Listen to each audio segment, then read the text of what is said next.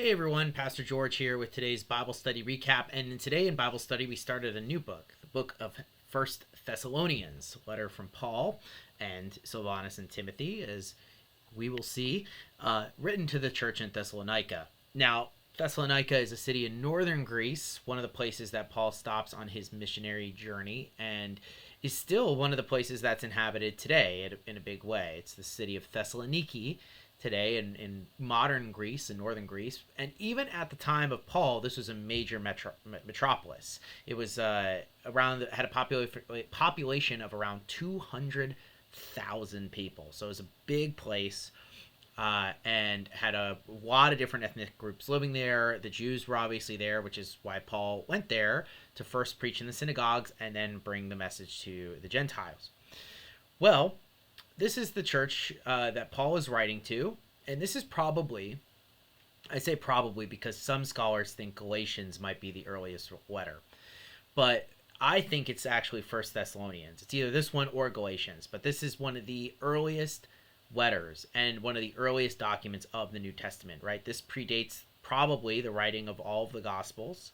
It predates, obviously, the writings of Paul's later letters, and it predates the letters of the other apostles to other congregations, like the Peter letters and the John letters and the letter of James and things like that. So it's really interesting that this letter is the first thing that we have. And I like it because it the way it talks about Christ, it sets up who he is, what he means, but also what the life of a Christian is like. And one of the things to remember is that Paul, when he was writing this, did not think that, I imagine he didn't think this, maybe he did, but I imagine he probably didn't have an understanding that we would be reading these words thousands of years later.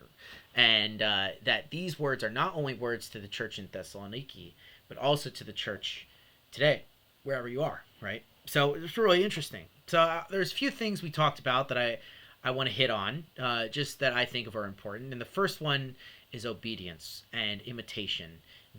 And this comes up a lot in this letter. You'll actually see Paul use the word imitate a few times, to imitate him, to imitate Christ, to do what Christ has commanded. He's big on doing what Jesus has said and having faith followed by works, right? This is a really important thing to Paul in all of his letters, that you can't just say that you believe, but this is actually, you have to have a different lifestyle.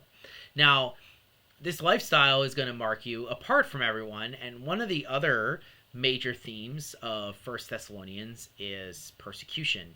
You'll see actually that Paul does both of these when he's talking to the church in Thessalonica. And one of the cool things they've been doing is he's heard about them before he gets to places, right? The news of what they're doing has spread throughout Greece, and all these different Christian communities are aware of what the Christians in Thessalonica are doing. It's really cool, even before Paul gets there. That's why he's thanking them and praising them in the beginning of his letter, because they've really taken that lesson to heart. And one of the things that he also points out is that they are experiencing persecution. And in this way, they are imitating the church in Judea, which has gone through its own persecution, which is at this point seen as kind of like the mother church of everywhere else, right? Because that's where the movement started. So he's saying, this is a Gentile congregation. It's in Thessalonica mostly. He makes reference to how they used to believe in idols and they don't anymore. And so they're, in a way, like a people that you wouldn't expect, but now they are living in a way that the churches in Judea were. And in that way, they're imitating other churches through what's happening to them and persevering through it, right? Again, this idea of working and doing things, right? Imitating, very important here. The last important thing, so we have the idea of imitating, we have the idea of persecution, and then we have the idea of the parousia, which is our SAT Greek word for today. Parousia means coming. It's actually used by Paul in the final verse of chapter 2, which we read up to today. And in that verse, he says, until Jesus is coming. Now, that word, parousia, is the word that is used in the New Testament to refer to the second coming of Christ, or to other ways that we refer to it. We're going to talk about the rapture because the idea of the rapture comes from First Thessalonians, but sometimes what people will say about the rapture or other ways of talking about Jesus' return, all of this is really important in the New Testament in general, but especially in First and Second Thessalonians. And we're going to look at Second Thessalonians after this one. But in this, right, Paul is very clear that all of these things that are happening, right, this perseverance and persecution, working for the Lord, we do this because he's coming again and soon. And all of these bad things that are happening to us are going to find an answer in him.